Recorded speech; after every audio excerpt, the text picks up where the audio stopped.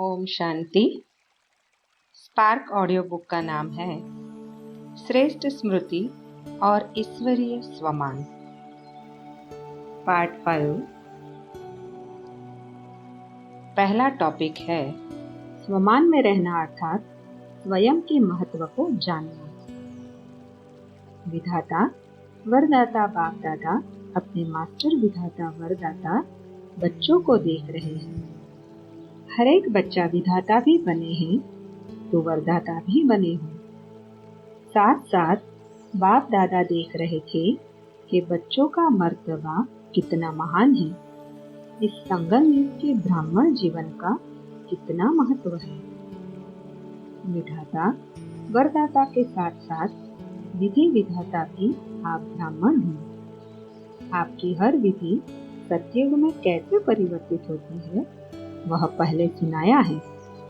इस समय के हर कर्म की विधि भविष्य में चलती ही है, लेकिन द्वापर के बाद भी भक्ति मार्ग में इस समय के श्रेष्ठ कर्मों की विधि भक्ति मार्ग की विधि बन जाती है।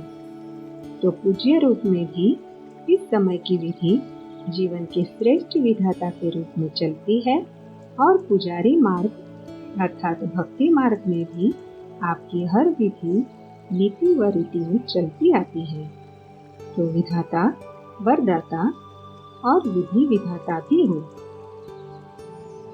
आपके मूल सिद्धांत सिद्धि प्राप्त होने के साधन बन जाते हैं। जैसे मूल सिद्धांत बाप एक है, धर्म आत्माएं महान आत्माएं अनेक है, लेकिन परमात्मा एक है।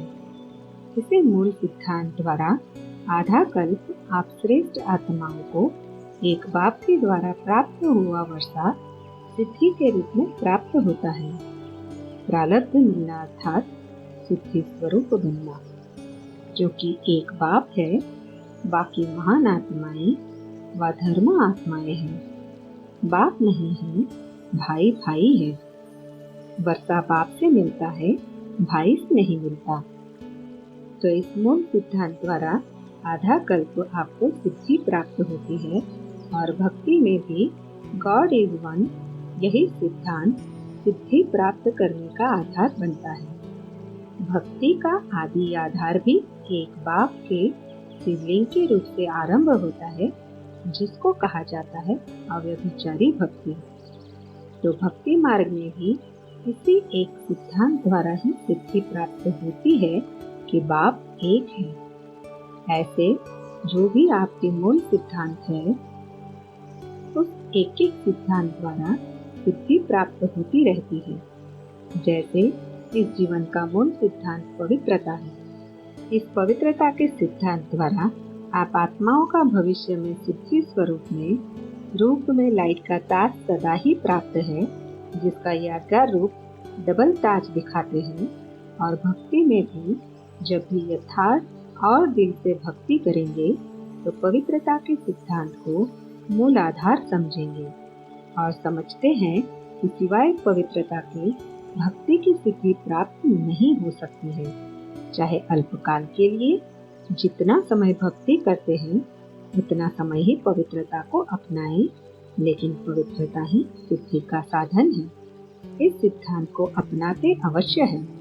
इसी प्रकार के हरेक ज्ञान का सिद्धांत व धारणा का मूल सिद्धांत बुद्धि से सोचे कि हरेक सिद्धांत सिद्धि का साधन कैसे बनता है।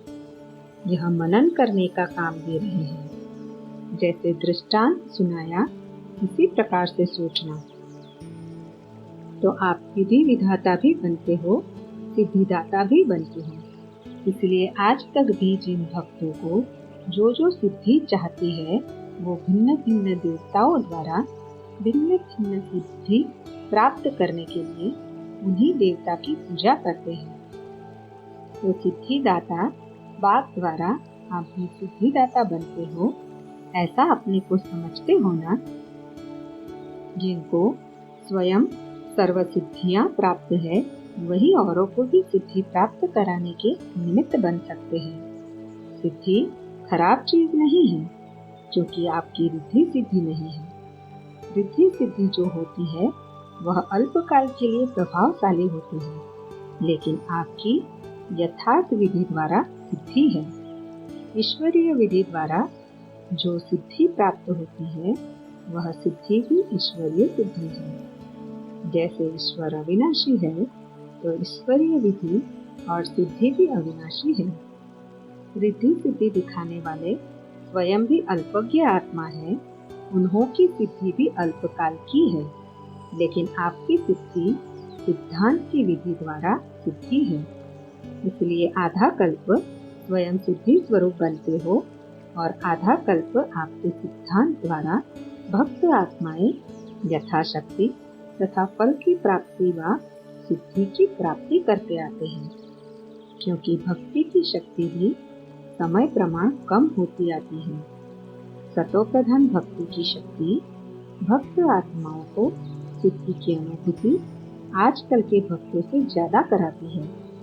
इस समय की भक्ति तमो प्रधान भक्ति होने के कारण न यथार्थ सिद्धांत रहा है न सिद्धि रही है। तो इतना नशा रहता है कि हम कौन हैं। सदा इस श्रेष्ठ स्वमान के स्थिति की सीट पर सेट रहते हो। कितनी ऊंची सीट है। जब इस स्थिति की सीट पर सेट स्थिर रहते हो तो बार बार अपसेट अस्थिर नहीं होंगी। यह पोजीशन है ना, कितना बड़ा पोजीशन है। विधि विधान सिद्धिदाता। तो जब इस पोजीशन में स्थित होंगे तो माया अपोजिशन नहीं करेगी, सदा ही सेफ रहेंगे। अपसेट होने का कारण ही यह है कि अपनी श्रेष्ठ स्थिति की सीट से साधारण स्थिति में आ जाते हो। याद में रहना व सेवा करना एक साधारण दिनचर्या बन जाती है, लेकिन याद में भी बैठते हो तो अपने कोई न कोई श्रेष्ठ समान की सीट पर बैठो।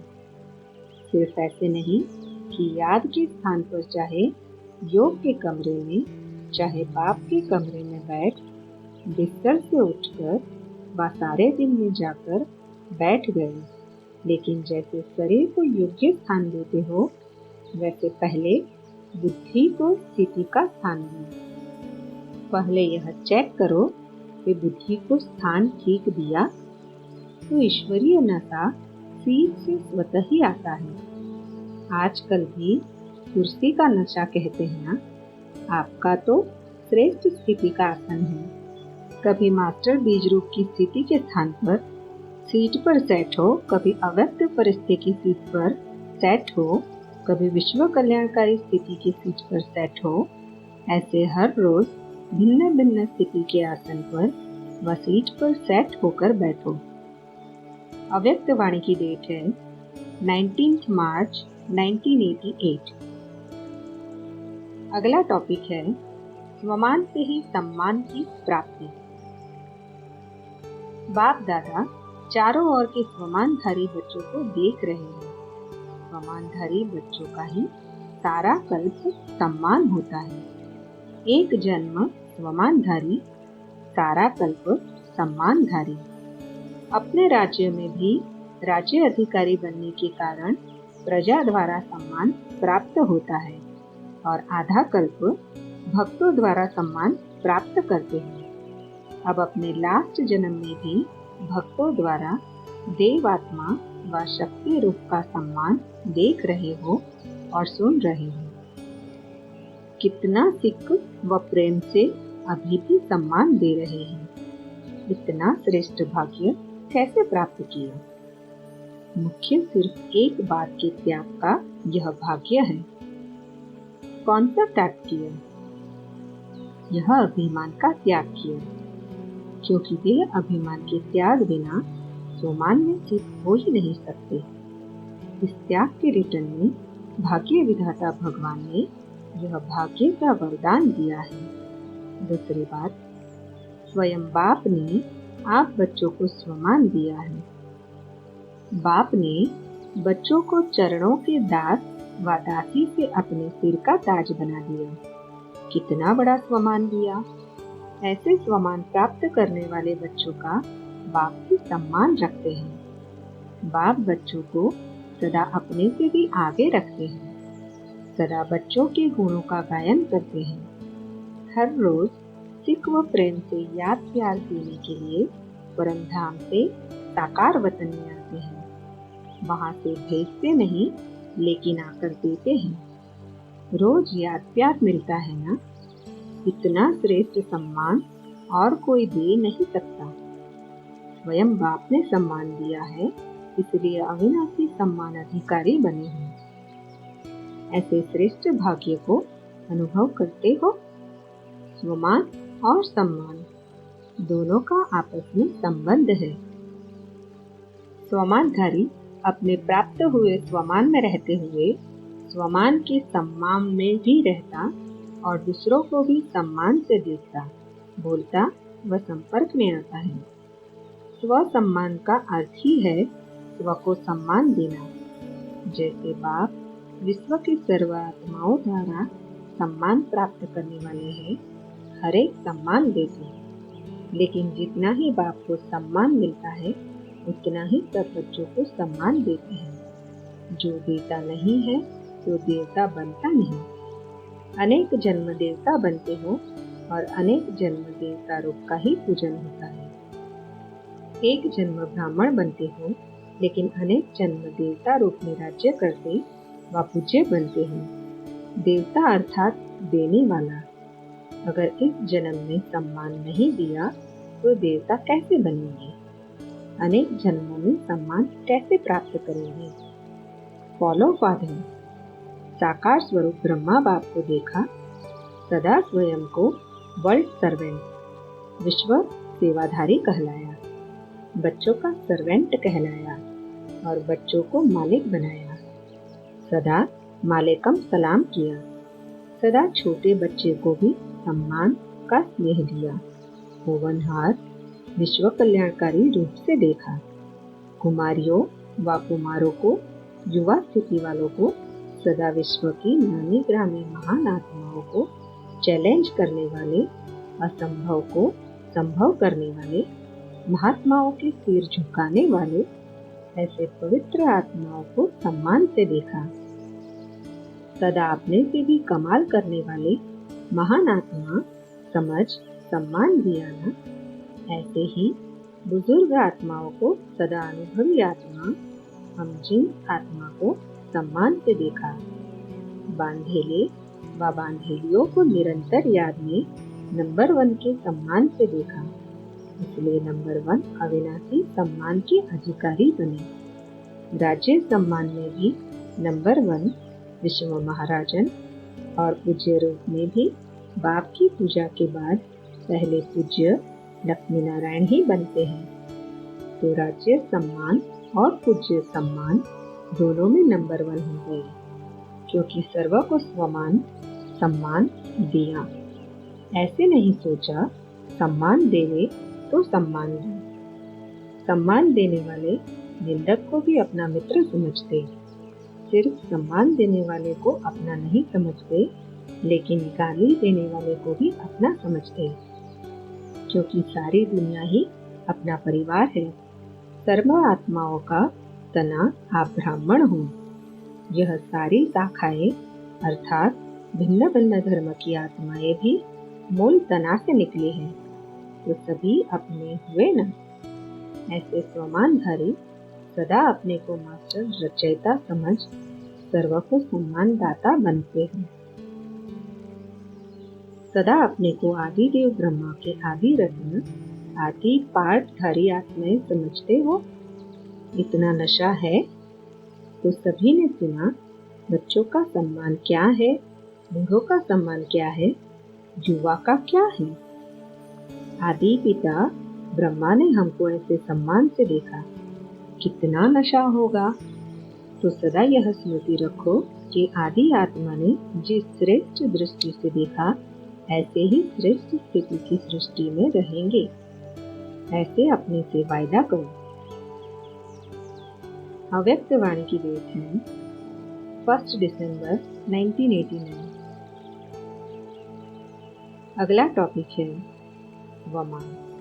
पुरानी दुनिया से न्यारा और सर्व का प्यारा सहज ही बनाता है। याद की यात्रा का अभ्यास क्या करते हो? कर्मयोगी का अर्थ ही है मैं अशरीरी आत्मा शरीर के बंधन से न्यारी हूँ। कर्म करने के लिए कर्म में आते हैं और कर्म समाप्त कर कर्म संबंध से न्यारी हो जाते हैं। संबंध में रहते हैं, बंधन नहीं रहते। तो यह क्या हुआ? कर्म के लिए आना और फिर न्यारा हो जाना। कर्म के बंधनवश कर्म में नहीं आते हो, लेकिन कर्मेंद्रियों को अधीन कर अधिकार से कर्म करने के लिए कर्मयोगी बनते हो। इंद्रियों के कर्म के वशीभूत नहीं हो। कोई भी किसी के वश हो जाता तो वश की आत्मा मजबूर हो जाती है, और मालिक बनने वाली आत्मा कभी किससे मजबूर नहीं होती, अपने स्वमान में मजबूत होती है। अव्यक्त वाणी की डेट है 29 दिसंबर 1989। अगला टॉपिक है तन की स्वच्छता के प्रति स्वमान। तन की स्वच्छता अर्थात सदा इस तन को आत्मा का मंदिर समझ उस स्मृति से स्वच्छ रखना। जितनी मूर्ति श्रेष्ठ होती है उतना ही मंदिर भी श्रेष्ठ होता है। तो आप श्रेष्ठ मूर्तियां हो या साधारण हो? ब्राह्मण आत्माएं सारे कल्प में नंबर 1 श्रेष्ठ आत्माएं। ब्राह्मणों के आगे देवताएं भी सोने तुल्य है और ब्राह्मण हीरे तुल्य है। तो आप सभी हीरे की मूर्तियां हो। कितनी ऊंची हो गई। इतना अपना स्वमान जान इस शरीर रूपी मंदिर को स्वच्छ रखो। सदा हो लेकिन स्वच्छ हो। इस विधि से तन की पवित्रता सदा रूहानी खुशबू का अनुभव कराएगी। अव्यक्त वाणी की डेट है 6 जनवरी 1990। अगला टॉपिक है बाप दादा द्वारा निमित्त बनी हुई श्रेष्ठ आत्माओं का स्वमान। बाप दादा के पास देखने के साधन कितने हैं जो एक ही समय देश विदेश के सभी बच्चों को देख सकते हैं। अलग अलग देखने की आवश्यकता नहीं, 5 मिनट में सबका पता लग जाता। बच्चों के वाहवाह के गीत भी गाते हैं, साथ साथ समान बनने की एम से चैत भी करते हैं। सुनाया था ना कि बाप के स्नेह व बाप की पहचान, इसमें तो सब बात है। और कभी कभी तो कमाल के काम भी करते हो। अच्छी कमाल है, न कि धमाल वाली कमाल। कोई कोई बच्चे धमाल की भी कमाल करते हैं ना। होती धमाल है लेकिन कहते हैं यह तो हमारी कमाल है। इसलिए बाप दादा कहते परखने की शक्ति को बढ़ाओ। अपने कर्मों को भी परख सकेंगे और दूसरे के कर्मों को भी यथार्थ परख सकेंगे। उल्टे को सुलटा नहीं कहेंगे। यह परखने की शक्ति की कमी है। और सदा एक बात याद रखो, सबके लिए कह रहे हैं, कभी भी कोई ऐसा व्यर्थ व साधारण कर्म करते हो और अपने आप को पहचान नहीं सकते हो कि यह राइट है व रॉन्ग है, तो जब ऐसी परिस्थिति आती है, वशीभूत हो जाते हैं, उस समय ऐसी परिस्थिति में बुद्धि को प्राप्त करने की श्रेष्ठ विधि क्या है? क्योंकि उस समय अपनी बुद्धि तो वशीभूत है। राइट को भी रॉन्ग समझते हो और रॉन्ग को रॉन्ग नहीं समझते हो, राइट समझते हो। फिर जिद करेंगे या सिद्ध करेंगे, यह निशानी है वशीभूत बुद्धि की। ऐसे समय पर सदैव एक बाप दादा की श्रेष्ठ मत याद रखो कि जिन्हों को बाप ने निमित्त बनाया है, वह निमित्त आत्माएं जो डायरेक्शन देती है उसको महत्व देना चाहिए। उस समय यह नहीं सोचो कि निमित्त बने हुए शायद कोई के कहने से कह रहे हैं, इसमें धोखा खा लेते हैं। निमित्त बने हुए श्रेष्ठ आत्माओं द्वारा जो शिक्षा व डायरेक्शन मिलते हैं, उसको उस समय महत्व देने से अगर कोई बुरी बात भी होगी तो आप जिम्मेवार नहीं। जैसे ब्रह्मा बाप के लिए सदा कहते हैं कि अगर ब्रह्मा द्वारा कोई गलती भी होगी तो वह गलती भी बदल के आपके प्रति सही हो जाएगी। तो ऐसे निमित्त बनी हुई आत्माओं प्रति कभी भी यह व्यर्थ संकल्प नहीं उठना चाहिए। मानो कोई ऐसा फैसला भी दे देते हैं जो आपको ठीक नहीं लगता है, लेकिन आप उसमें जिम्मेवार नहीं हैं। आपका पाप नहीं बनेगा, आपका काम ठीक हो जाएगा, क्योंकि बाप बैठा है। बाप पाप को बदल लेगा। यह गुह्य रहस्य है, गुप्त मशीनरी है। इसलिए निमित्त बनी हुई श्रेष्ठ आत्माओं के श्रेष्ठ डायरेक्शन को महत्व से कार्य में लगाओ। इसमें आपका फायदा है, नुकसान भी बदलकर फायदे में हो जाएगा। यह बाप की गारंटी है। समझा? इसलिए सुनाया कि कर्मों की लीला बड़ी विचित्र है। बाप जिम्मेवार है। जिनको निमित्त बनाया है उसका भी जिम्मेवार बाप है। आपके पाप को बदलने का भी जिम्मेवार है। ऐसे ही निमित्त नहीं बनाया है, सोच समझ के ड्रामा के लॉ मुजब निमित्त बनाया गया है। समझा? इनमें फायदा है, बोझा हल्का हो गया। कोई भी बात आएगी तो कहेंगे निमित्त बने हुए बड़े जाने, हल्के हो गए ना। लेकिन सिर्फ कहने मात्र नहीं, समझने मात्र, स्नेह मात्र, स्वमान मात्र हो। इन गुह्य बातों को बाप जाने और जो समझदार बच्चे हैं वह जाने।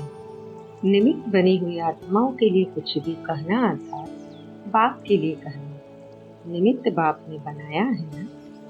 बाप से ज्यादा आपको परखने की शक्ति है। बाप दादा का अति स्नेह सभी बच्चों से है। ऐसे नहीं कि निमित्त बने हुए से ही प्यार है, दूसरों से नहीं है। यह भी प्यार के कारण ही डायरेक्शन देते हैं। प्यार नहीं होता तो कहते हैं जैसे चल रहे हैं चलते रहे। जब इतनी हिम्मत रखी है और ब्राह्मण जीवन में चल रहे हो, उड़ रहे हो, तो छोटी सी कमजोरी भी क्यों रह जाए। यह है प्यार। प्यार वाले की कमी कभी नहीं देखी जाती है। यह है प्यार की निशानी। जिससे दिल का सच्चा प्यार होता है उसकी कमी को हमेशा अपनी कमी समझता है। अव्यक्त वाणी की डेट है 10 जनवरी 1990। अगला टॉपिक है स्वमान और निर्माण। मैं हर कल्प की पूज्य आत्मा हूँ, ऐसा अनुभव करते हो? अनेक बार पूज्य बने और फिर से पूज्य बन रहे हैं। पूज्य आत्माएं क्यों बनते हैं? क्योंकि जो स्वयं स्वमान में रहते हैं उनको स्वतः ही औरों द्वारा मान मिलता है। स्वमान को जानते हो? कितना उच्च स्वमान है। कितनी भी बड़े स्वमान वाले हो, लेकिन वह आपके आगे कुछ भी नहीं है, क्योंकि उनका स्वमान हद का है और आपका आत्मिक स्वमान है। आत्मा अविनाशी है तो स्वमान भी अविनाशी है। उनको है देह का मान। देह विनाशी है तो स्वमान भी विनाशी है। कभी कोई प्रेसिडेंट बना या मिनिस्टर बना, लेकिन शरीर जाएगा तो स्वमान भी जाएगा। फिर प्रेसिडेंट होंगे क्या? और आपका स्वमान क्या है? श्रेष्ठ आत्मा हो, पूज्य आत्मा हो, आत्मा की स्मृति में रहते हो, इसलिए अविनाशी स्वमान है। आप विनाशी स्वमान की तरफ आकर्षित नहीं हो सकते। अविनाशी स्वमान वाले पूज्य आत्मा बनते हैं। अभी तक अपनी पूजा देख रहे हो। जब अपने पूज्य स्वरूप को देखते हो तो स्मृति आती है ना कि यह हमारे ही रूप है। चाहे भक्तों ने अपनी अपनी भावना से रूप दे दिया है, लेकिन हो तो आप ही पूज्य आत्माएं। जितना ही स्वमान उतना ही फिर निर्माण। स्वमान का अभिमान नहीं है। ऐसे नहीं हम तो ऊंच बन गए, दूसरे छोटे हैं या उनके प्रति घृणा भाव हो। यह नहीं होना चाहिए। कैसी भी आत्माएं हो, लेकिन रहम की दृष्टि से देखेंगे, अभिमान की दृष्टि से नहीं। न अभिमान न अपमान। अभी ब्राह्मण जीवन की यह चाल नहीं है, तो दृष्टि बदल गई है ना। अब जीवन ही बदल गई तो दृष्टि तो स्वतः ही बदल गई ना। सृष्टि भी बदल गई। अभी आपकी सृष्टि कौन सी है? आपकी सृष्टि व संसार बाप ही है। बाप में परिवार तो आ ही जाता है। अभी किसी को भी देखेंगे तो आत्मिक दृष्टि से, ऊंची दृष्टि से देखेंगे। अभी शरीर की तरफ दृष्टि जा नहीं सकती, क्योंकि दृष्टि व नयनों में सदा बाप समाया हुआ है। जिसके नयनों में बाप है, वह देह के भान में कैसे जाएंगे? बाप समाया हुआ है या समा रहा है? बाप समाया है तो और कोई समा नहीं सकता। वैसे भी देखो तो आँख की कमाल है ही बिंदु से। यह सारा देखना करना कौन करता है? शरीर के हिसाब से भी बिंदी ही है ना। छोटी सी बिंदी कमाल करती है, तो देह के नाते से भी छोटी सी बिंदी कमाल करती है, और आत्मिक नाते से बाप बिंदु समाया हुआ है, इसलिए और कोई समा नहीं सकता। ऐसे समझते हो? जब पूज्य आत्माएं बन गए तो पूज्य आत्माओं के नयन सदा निर्मल दिखाते हैं, अभिमान या अपमान के नयन नहीं दिखाते। कोई भी देवी व देवता के नयन निर्मल व रूहानी होंगे, तो यह नयन किसके हैं? कभी किसी के प्रति कोई संकल्प भी आए तो याद रखो कि मैं कौन हूँ। मेरे जड़ चित्र भी रूहानी नयनधारी है, तो मैं तो चैतन्य कैसे हूँ? लोग अभी तक भी आपकी महिमा में कहते हैं सर्वगुण संपन्न, संपूर्ण निर्विकारी। तो आप कौन हो? संपूर्ण निर्विकारी होना, अंश मात्र भी कोई विकार ना हो। सदैव यह स्मृति रखो कि मेरे भक्त मुझे इस रूप से याद कर रहे हैं। चेक करो, जड़ चित्र और चैतन्य चरित्र में अंतर तो नहीं है। चरित्र से चित्र बने हैं, संगम पर प्रैक्टिकल चरित्र दिखाया है, तब चित्र बने हैं। अव्यक्त वाणी की डेट है 22 जनवरी 1990।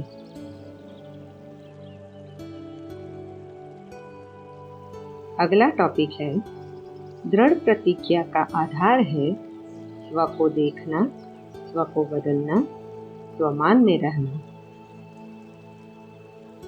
बहानेबाजी की निशानी क्या होती?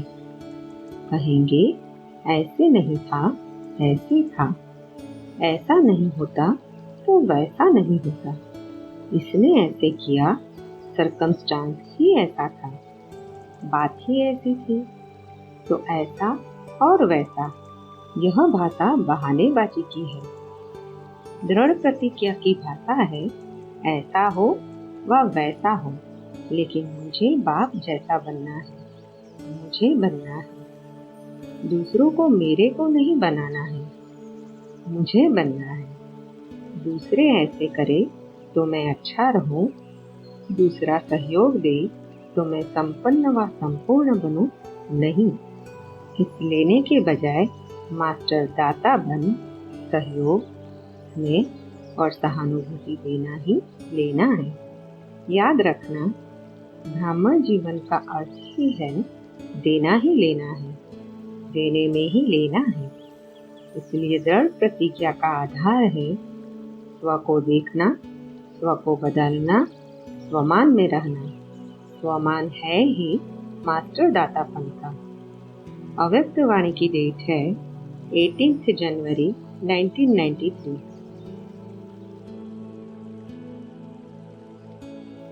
अगला टॉपिक है, सृष्टि चक्र के अंदर ब्राह्मण आत्माओं का स्वमान। बाप दादा अपने सर्व हाईएस्ट और होलीएस्ट बच्चों को देख रहे हैं। सभी बच्चे इस बेहद के ड्रामा के अंदर व सृष्टि चक्र के अंदर सबसे हाईएस्ट भी हो और सबसे ज्यादा होलीएस्ट भी हो। आदि से अब संगम समय तक देखो कि आप आत्माओं से कोई हाईएस्ट श्रेष्ठ बना है। जितना आप श्रेष्ठ स्थिति को, श्रेष्ठ पद को प्राप्त करते हो, इतना और कोई भी आत्माएं, चाहे धर्म पिताएं हैं, चाहे महान आत्माएं हैं, कोई भी इतना श्रेष्ठ नहीं रहे, क्योंकि आप ऊंचे से ऊंचे भगवान द्वारा डायरेक्ट पालना, पढ़ाई और श्रेष्ठ जीवन की श्रीमत लेने वाली आत्माएं हो। जानते हो ना अपने को? अपने अनादि काल को देखो। अनादि काल में भी परम धाम में बाप के समीप रहने वाली हो। अपना स्थान याद है ना?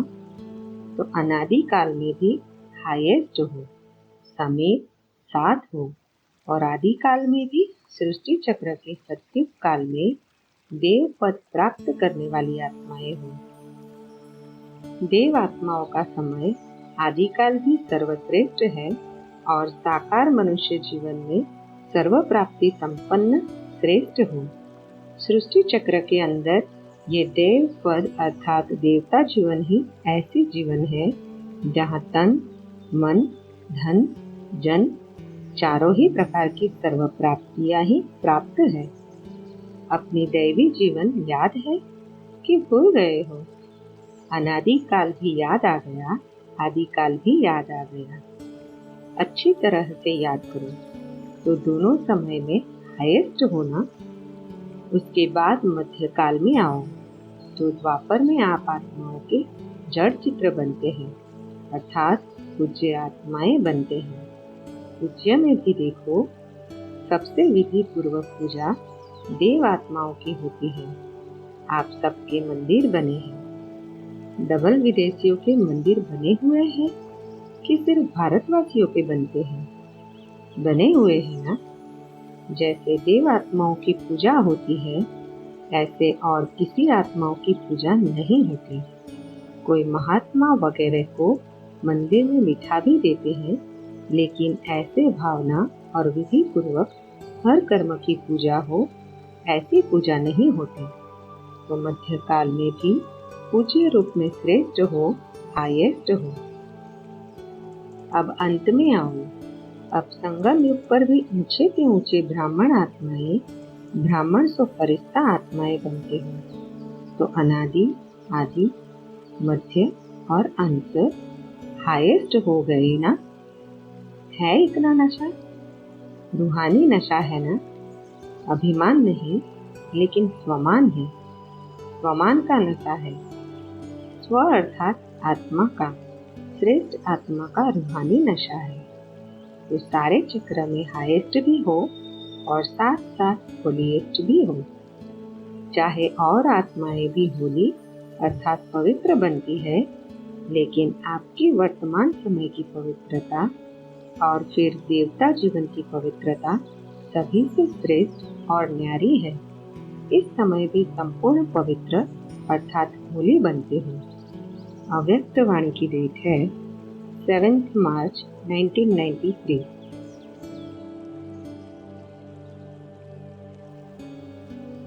अगला टॉपिक है स्वमान की स्मृति का स्विच ऑन करने से है देह भान के अंधकार की समाप्ति। जब अकाल तख्त नशीन, अकाल मूर्त श्रेष्ठ आत्मा स्थिति में स्थित हो, तख्त पर बैठते हो, तो यह स्थिति कितनी श्रेष्ठ है। सभी के श्रेष्ठ स्थिति की झलक इस सूरत को फरिश्ता बना देती है। साधारण सूरत नहीं, फरिश्ता सूरत। तो फरिश्ता सूरत भी कितनी प्यारी है। फरिश्ते सभी को बहुत प्यारे लगते हैं, क्योंकि फरिश्ता सर्व का होता है, एक दो का नहीं। बेहद की दृष्टि, बेहद की वृत्ति, बेहद की स्थिति वाला है। फरिश्ता सर्व आत्माओं के प्रति परमात्मा संदेश वाहक है। फरिश्ता अर्थात सदा उड़ती कला वाला। फरिश्ता अर्थात सर्व का रिश्ता एक बाप से जुटाने वाला है। फरिश्ता अर्थात डबल लाइट, देह और देह के संबंध से न्यारा, हल्का। फरिश्ता अर्थात सर्व को स्वयं के चलन और चेहरे द्वारा बाप समान बनाने वाला। फरिश्ता अर्थात सहज और स्वतः अनादि और आदि संस्कार सदा इमर्ज स्वरूप में दिखाने वाला। फरिश्ता अर्थात निमित्त भाव, निर्माण स्वभाव और सर्व प्रति कल्याण की श्रेष्ठ भावना वाला। ऐसे फरिश्ते हो ना। फलक से कहो, हम नहीं होंगे तो कौन होगा? फलक है ना। तो बाप दादा ऐसे फरिश्तों के दरबार देख रहे हैं। सिर्फ इसी स्वमान में स्थित रहने से देहभान स्वतः ही समाप्त हो जाएगा। बाप देखते हैं कि बच्चे देहभान को छोड़ने की बहुत मेहनत करते हैं। एक देहभान के रोग को छोड़ते हैं तो दूसरा आ जाता है, फिर दूसरे को छोड़ते हैं तो तीसरा आ जाता है। लेकिन छोड़ना सदा मुश्किल होता है और धारण करना सहज होता है। तो बाप दादा कहते हैं कि स्वमान में सदा रहो। जहाँ स्वमान है वहाँ देहभान आ ही नहीं सकता। तो छोड़ने की मेहनत नहीं करो, लेकिन स्वमान में स्थित रहने का अटेंशन रखो। और संगम युग पर स्वयं बाप द्वारा कितने अच्छे अच्छे स्वमान प्राप्त है। प्राप्त करना नहीं है, प्राप्त है। अपने स्वमान की लिस्ट निकालो, कितनी बड़ी लिस्ट है। सारे कल्प में कितने भी स्वमान अर्थात टाइटल्स किसी भी नामी ग्रामी आत्मा के हो, चाहे राजनेता हो, चाहे अभिनेता हो, चाहे धर्मात्मा हो, चाहे महान आत्मा हो, उनके अगर टाइटल गिनती भी करो तो आपके स्वमान की लिस्ट से ज्यादा हो सकते हैं। और रोज सवेरे सवेरे बाप दादा स्वमान की स्मृति दिलाते हैं, स्वमान में स्थित कराते हैं। रोज भी एक नए से नया स्वमान स्मृति में रखो तो स्वमान के आगे देहभान ऐसे भाग जाता जैसे रोशनी के आगे अंधकार भाग जाता। न समय लगता न मेहनत लगती। तो बार बार भिन्न भिन्न देहभान को मिटाने की मेहनत क्यों करते हो? स्वमान की स्मृति का स्विच ऑन करना नहीं आता है क्या? कितना भी गहरा काला बादल सूर्य की रोशनी को छिपाने वाला हो, लेकिन आपके पास ऑटोमेटिक डायरेक्ट परमात्मा लाइट का कनेक्शन है। डायरेक्ट लाइन है ना। लाइन क्लियर है या लीकेज है? किसका लीक होता है लेकिन लीकेज हो जाती है? तो डायरेक्ट लाइन कितनी पावरफुल होती है? डायरेक्ट कनेक्शन है या इनडायरेक्ट है? सभी के डायरेक्ट लाइन है ना। सभी को डायरेक्ट लाइन मिल गई है। फिर तो एक बादल क्या, सारे बादल आ जाए, अंधकार कर सकते हैं क्या? स्मृति का स्विच डायरेक्ट लाइन से ऑन किया और इतनी लाइट आ जाएगी जो स्वयं तो लाइट में होगे ही, लेकिन औरों के लिए भी लाइट हाउस हो जाएंगे। ऐसे होता है ना। अनुभवी होना, लेकिन कभी कभी अनुभव को किनारे रख देते हैं। सहारा मिला है, लेकिन कभी कभी सहारे के बजाय किनारे हो जाते हैं। मेहनत लगती है क्या? सदा नहीं लगती, कभी कभी लगती है। स्विच ऑन करना भूल जाते हो क्या? वास्तव में अगर एक मास्टर सर्वशक्तिमान का स्वमान भी याद हो तो मेहनत की कोई बात ही नहीं है। मार्ग मेहनत का नहीं है, लेकिन हाईवे के बजाय गलियों में चले जाते हो व मंजिल के निशाने से और आगे बढ़ जाते हो तो लौटने की मेहनत करनी पड़ती है। बाप दादा सदा अपने स्नेह और सहयोग की गोदी में बिठाकर मंजिल पर ले जा रहे हैं। गोदी में बैठकर मंजिल तक पहुंचने में मुश्किल क्यों होता है? स्नेह और सहयोग की गोदी से निकल कभी और आकर्षण खींचती है तो चक्कर लगाने निकल जाते हो, थक भी जाते हो, फिर मेहनत भी महसूस करते हो। तो इस वर्ष क्या करेंगे? मेहनत समाप्त। मोहब्बत में, लव में लीन हो जाओ। लवलीन हो हर कार्य करो। जो लीन होता है उसको और कुछ दिखाई नहीं देता, आकर्षित नहीं करता। तो लव में रहते हो। ऐसा कोई होगा जो कहे मुझे बाप से प्यार नहीं है, लव नहीं है। सभी का लव है ना, लेकिन कभी लव में रहते हो, कभी लव में लीन रहते हो। नहीं तो देखो, मन बुद्धि द्वारा स्थिति में बाप का सर्व संबंधों से साथ है, साथ भी है, और सेवा में बाप हर समय साथी है। तो स्थिति में साथ है और सेवा में साथी है।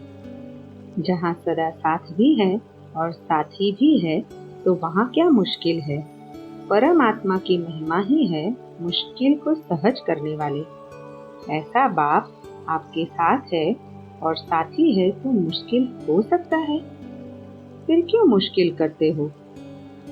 सर्व संबंधों की सर्व समय प्रमाण बाप स्वयं हर बच्चे को ऑफर करते हैं।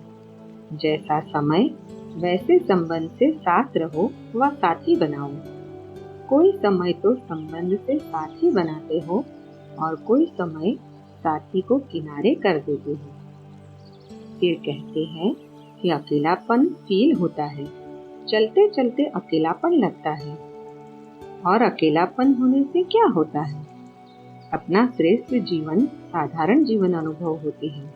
फिर कहते हैं बोरिंग लाइफ हो गई है, कुछ चेंज चाहिए। एक तरफ बाप दादा को खुश करते हैं कि हम तो कंबाइंड हैं। कंबाइंड कभी अकेला होता है क्या? बड़ी अच्छी अच्छी बातें करते हैं बाबा, हम तो है ही कंबाइंड।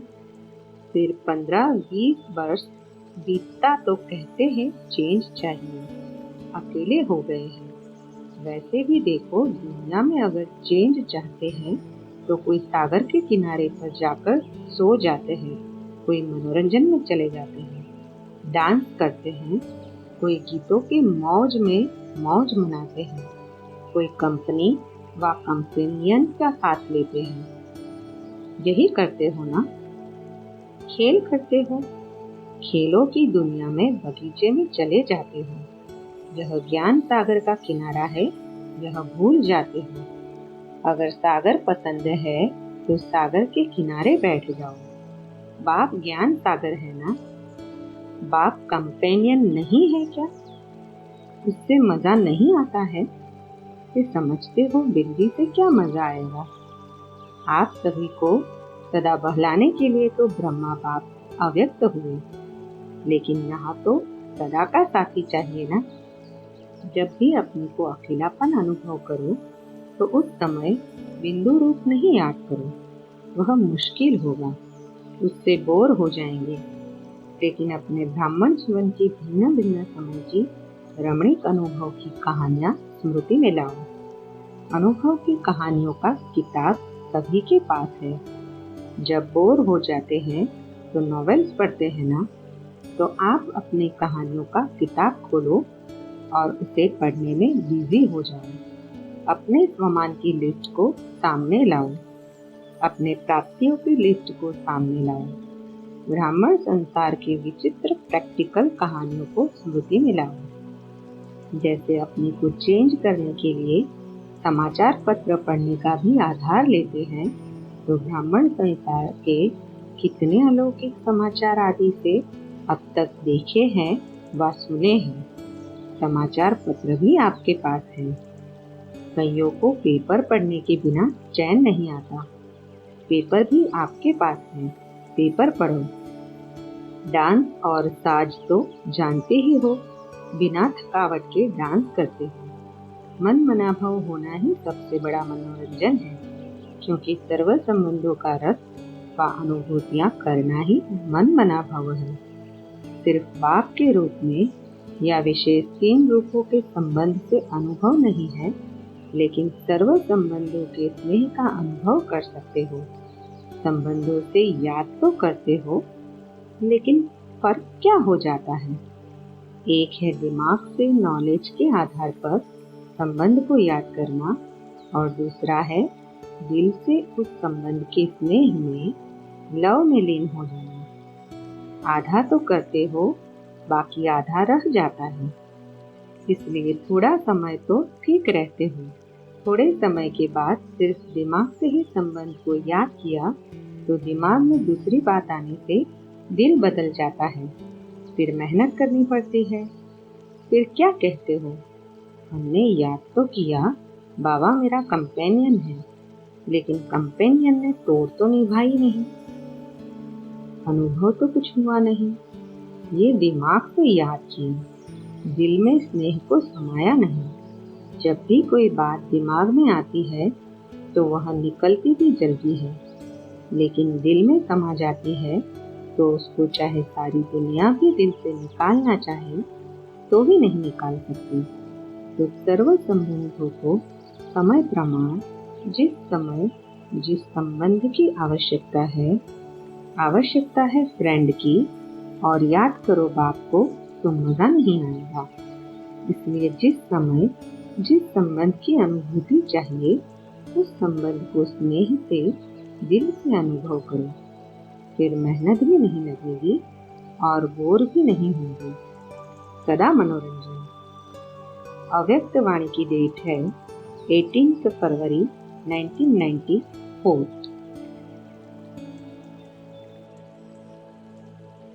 अगला टॉपिक है वमान में रहने से सदा काल के लिए नाम, मान और शान की प्राप्ति। हर एक चाहता है कि अपना नाम अच्छा हो, दूसरा मान और तीसरा शान। नाम, मान, शान ये प्राप्त करना चाहते हैं। आप भी क्या चाहते हो? आप भी तो यही चाहते हो ना? हद का नहीं, बेहद का। तो दुनिया वाले तो हद के नाम की पिछाड़ी दौड़ते हैं, और आपका नाम विश्व में जितना ऊंचा है उतना और किसका है? तो आप अपने नाम को देखो। सबसे नाम की विशेषता ये है कि आपका नाम कौन जपता है? स्वयं भगवान आपका नाम जपता है। तो इससे बड़ा नाम क्या होगा? आपके नाम से अभी लास्ट जन्म में भी अनेक आत्माएं अपना शरीर निर्वाह चला रही है।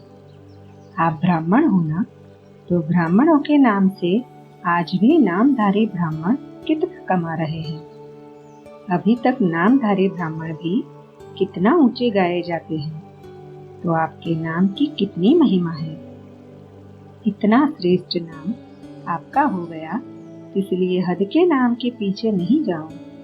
मेरा नाम तो कभी किसी में लेते ही नहीं है। मेरा नाम सदा पीछे ही रहता है। सेवा मैं करती हूँ, नाम दूसरे का हो जाता है। तो हद के नाम के पीछे नहीं जाओ। बाप के दिल में आपका नाम सदा ही श्रेष्ठ है। जब बाप के दिल में नाम हो गया तो कोई सेवा में या कोई प्रोग्राम में या कोई भी बातों में आपका नाम नहीं भी आया तो क्या हर्जा? बाप के पास तो है ना। जैसे भक्ति मार्ग में हनुमान का चित्र दिखाते हैं ना, तो उसके दिल में क्या था? राम था। और बाप के दिल में क्या है? बच्चे। तो बच्चों में आप हो या नहीं हो? तो सभी का नाम है। देखा है? पक्का? कभी मिस हो गया हो तो? आप सभी का नाम है, तो और नाम के पीछे क्यों पड़ते हो? क्योंकि मेजॉरिटी यही नाम, मान, शान गिराता भी है, और यही नाम, मान, शान नशा भी चढ़ाता है। तो प्राप्ति के रूप में देखो। अगर मानो कोई कारण से आपका नाम गुप्त है और आप समझते हो कि मेरा नाम होना चाहिए, यथार्थ है, फिर भी अगर किसी आत्मा से हिसाब किताब के कारण या उसके संस्कार के कारण आपका नाम नहीं होता है, आप राइट हो, वो रॉन्ग है, फिर भी उसका नाम होता है, आपका नहीं, तो विजय माला में आपका नाम निश्चित है। इसलिए इसकी भी परवाह नहीं करो। इस रूप में माया ज्यादा आती है, इसलिए अभी गलती से नाम मिस हो भी गया, कोई हर्जा नहीं। लेकिन विजय माला में आपका नाम मिस नहीं हो सकता। पहले आपका नाम होगा। तो अपने नाम की महिमा याद रखो कि मेरा नाम बाप के दिल पर है, विजय माला में है। अंत तक मेरा नाम सेवा कर रहा है। और आपका मान कितना है? भगवान ने भी आपको अपने से आगे रखा है। पहले बच्चे तो स्वयं बाप ने मान दे दिया। कितना आपका मान है उसका प्रूफ देखो कि आपके जड़ चित्रों का भी लास्ट जन्म तक कितना मान है। चाहे जाने नहीं जाने, लेकिन कोई भी देवी देवता का चित्र होगा तो कितने मान से उसको देखते हैं। सबसे श्रेष्ठ मान अब तक आपके चित्रों का भी है। ये प्रूफ है। जब आपके चित्र ही इतने माननीय पूजनीय है तो जिसका मान रखा जाता है उसको पूजनीय माना जाता है। हमेशा कहते हैं ना, यह हमारे पूजनीय है, पूज्य है। तो प्रैक्टिकल प्रूफ है कि आपके चित्रों का भी मान है। तो चैतन्य में है तब भी चित्रों का मान है। अगर चैतन्य में मान नहीं होता तो चित्रों को कैसे मिलता? बाप तो सदा कहते हैं, पहले बच्चे डबल पूजे जाते हैं, बाप सिंगल। तो आपका मान बाप से ज्यादा हुआ ना। इतना श्रेष्ठ मान मिल गया। तो जब भी कोई हद के मान की बात आए तो सोचना कि आत्माओं का मान क्या करेगा जब परमात्मा का मान मिल गया। ऐसे नहीं सोचो कि हम इतना कुछ करते हैं फिर भी मान नहीं देते, पूछते ही नहीं हैं। ये सोचना व्यर्थ है, क्योंकि जितना आप हद के मान के पीछे दौड़ लगाएंगे ना, तो ये हद की कोई भी चीज परछाई के समान है। परछाई के पीछे पड़ने से कभी परछाई मिलती है कि और आगे बढ़ती जाती है। तो ये हद का मान, हद का नाम, ये परछाई है। ये माया के धूप में दिखाई देती है, लेकिन है कुछ भी नहीं। तो नाम भी आपको मिल गया, मान भी आपको मिला हुआ है, और शान कितना है? अपने एक एक शान को याद करो। और किसने शान में बिठाया? बाप ने बिठाया। बाप के दिल तख्त नसीं है। सबसे बड़े से बड़ी शान राज्य पद है ना। तो आपको तख्त ताज मिल गया है ना, जो परमात्मा की तख्त नशीन है। इससे बड़ी शान क्या है? कभी कभी निर्णय करने में एक छोटी सी गलती कर देते हो। जो रियल शान है, रूहानी शान है, वो कभी भी अभिमान की फीलिंग नहीं देगा। तो कभी कभी क्या करते हो? होता अभिमान है, लेकिन समझते हो कि ये शान को अपना रखना चाहिए। इतना शान तो रखना चाहिए ना। शान में रहना अच्छा होता है, लेकिन शान है या अभिमान है, उसको अच्छी तरह से चेक करो। कभी कभी अभिमान को शान समझ लेते हैं और फिर निर्माण नहीं होते हैं। आप अपने शान को रियल समझते हो, लेकिन दूसरे समझते हैं कि ये अभिमान है। तो थोड़ा भी कुछ कह देंगे तो आपको अपमान लगेगा। अभिमान वाले को अपमान बहुत जल्दी फील होगा। थोड़ा भी किसने हंसी में भी कुछ कह दिया तो अपमान लगेगा। ये अभिमान की निशानी है। सोचेंगे, नहीं, मैं तो ऐसा हूँ नहीं, ऐसे थोड़े ही कहना चाहिए। तो निर्णय ठीक करो। उस निर्णय में कमी कर लेते हो। यथार्थ के बजाय मिक्स होता है और आप उसको यथार्थ समझ लेते हो। तो कहने में आता है कि ये है बहुत अच्छे, लेकिन बोल चाल, उठना बैठना जो है ना, वो अभिमान का लगता है। ये भी किसी ने कहा तो अपमान की फीलिंग आ जाएगी। तो स्वमान और अभिमान के अंतर को भी चेक करो। स्वमान कितना बड़ा है, शान कितनी बड़ी है। उस बेहद के नाम, मान और शान को सदा इमर्ज रखो। मर्ज नहीं, इमर्ज करो।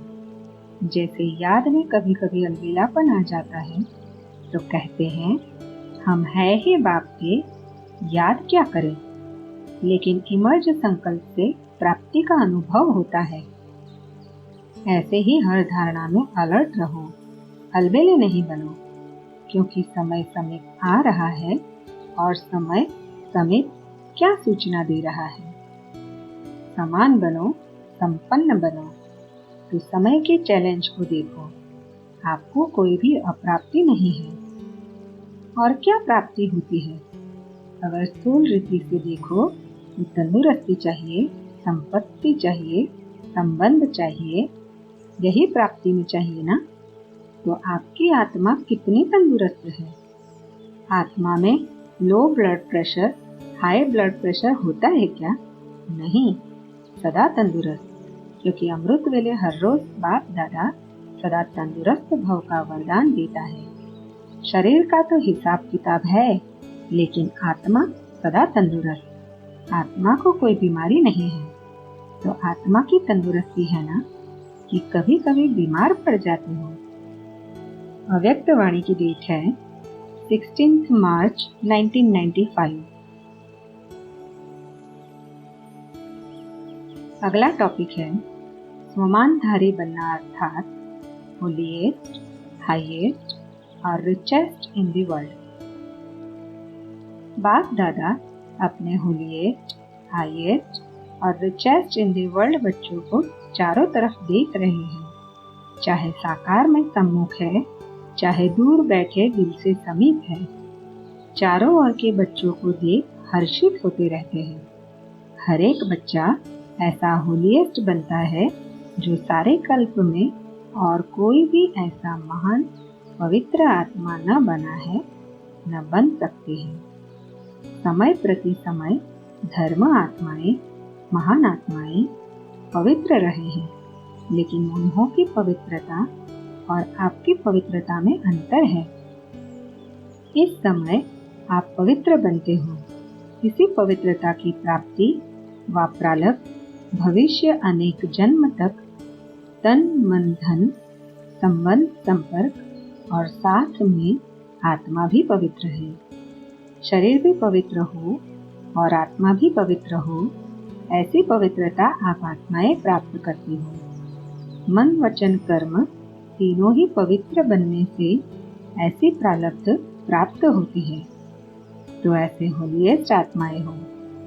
अपने को ऐसे श्रेष्ठ होलीएस्ट आत्माएं समझते हो? अभी बने हैं व बन रहे हैं। बनना सहज है या थोड़ा थोड़ा मुश्किल है? लेकिन कल पहले भी बने हैं और अब भी बनना ही है। पक्का या थोड़ा थोड़ा चलता है? नहीं, स्वप्न मात्र भी अपवित्रता समाप्त होनी ही है। इतना निश्चय है ना कि आज बन रहे हैं और कल बन ही जाएंगे। तो होलीएस्ट भी है और हाईएस्ट भी है। ऊंचे ते ऊंचे बाप के बच्चे ऊंचे ते ऊंचे हैं। हाईएस्ट बनते हो तब पूजे जाते हो। चाहे आजकल की हाईएस्ट आत्माएं सकामी राजे थे, अब तो नहीं है। चाहे प्रेसिडेंट हो, चाहे प्राइम मिनिस्टर हो, लेकिन वह पूज्य नहीं बनते हैं। आप पूज्य बनने वाली आत्माओं के आगे पुजारी बन नमन और पूजन करते हैं। अभी भी स्वराज्य अधिकारी बनते हो और भविष्य में भी राजाओं के राजे बनते हो। तो ऐसा हाईएस्ट पद प्राप्त करते हो। साथ में रिचेस्ट इन द वर्ल्ड हो। आपका टाइटल ही है पद्मा पदम पति, और ऐसा खजाना है जो अरबपति, खरबपति, अरब खरब से भी ऐसा खजाना प्राप्त नहीं कर सकते। आप श्रेष्ठ आत्माओं का बाप द्वारा ऐसा भाग्य बना रहे हैं जो अनुभव करते हो और वर्णन भी करते हो कि हमारे कदम में पदम है। कदम में पदम है या 100 है, 1000 है, ऐसा कोई बड़े से बड़ा मिलियनर भी इतनी कमाई नहीं कर सकता। कदम में कितना टाइम लगेगा? कदम उठाओ, कितना समय लगता है? सेकंड। चलो 2 सेकंड कह दो। अगर 2 सेकंड भी कहो तो 2 सेकंड में पदम। तो सारे दिन में कितने कदम हुए? हिसाब करो। ऐसा कोई मिलियनर है जो एक दिन में इतनी कमाई करे? ऐसा कोई होगा? तो रिचेस्ट इन द वर्ल्ड होना और आपका ऐसा खजाना है जो आग भी नहीं जला सकती, पानी डुबो नहीं सकता, चोर लूट नहीं सकता, राजा भी खा नहीं सकते। ऐसा खजाना इस पुरुषोत्तम संगम युग में ही प्राप्त करते हो। तो अपना ऐसा स्वमान स्मृति में रहता है? हाँ या ना? रिचेस्ट इन दी वर्ल्ड हो तो आराम ही आराम है। बड़े से बड़ी यूनिवर्सिटी में भी ऐसे कोचों पर पढ़ाई पढ़ने के लिए नहीं बैठते हैं। लेकिन आप बेगर टू प्रिंस हो, बेगर भी हो और प्रिंस भी हो। सर्व त्याग माना बेगर, सर्व प्राप्तियां अर्थात प्रिंस। बिना त्याग के इतना बड़ा भाग्य नहीं मिलता है। त्याग का ही भाग्य मिला है। तन मन धन संबंध सभी त्याग किया अर्थात परिवर्तन किया।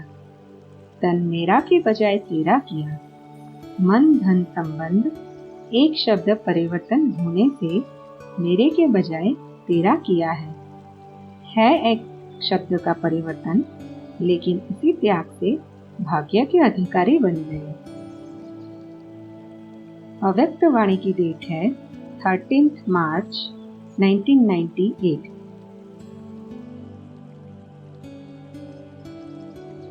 ओम शांति।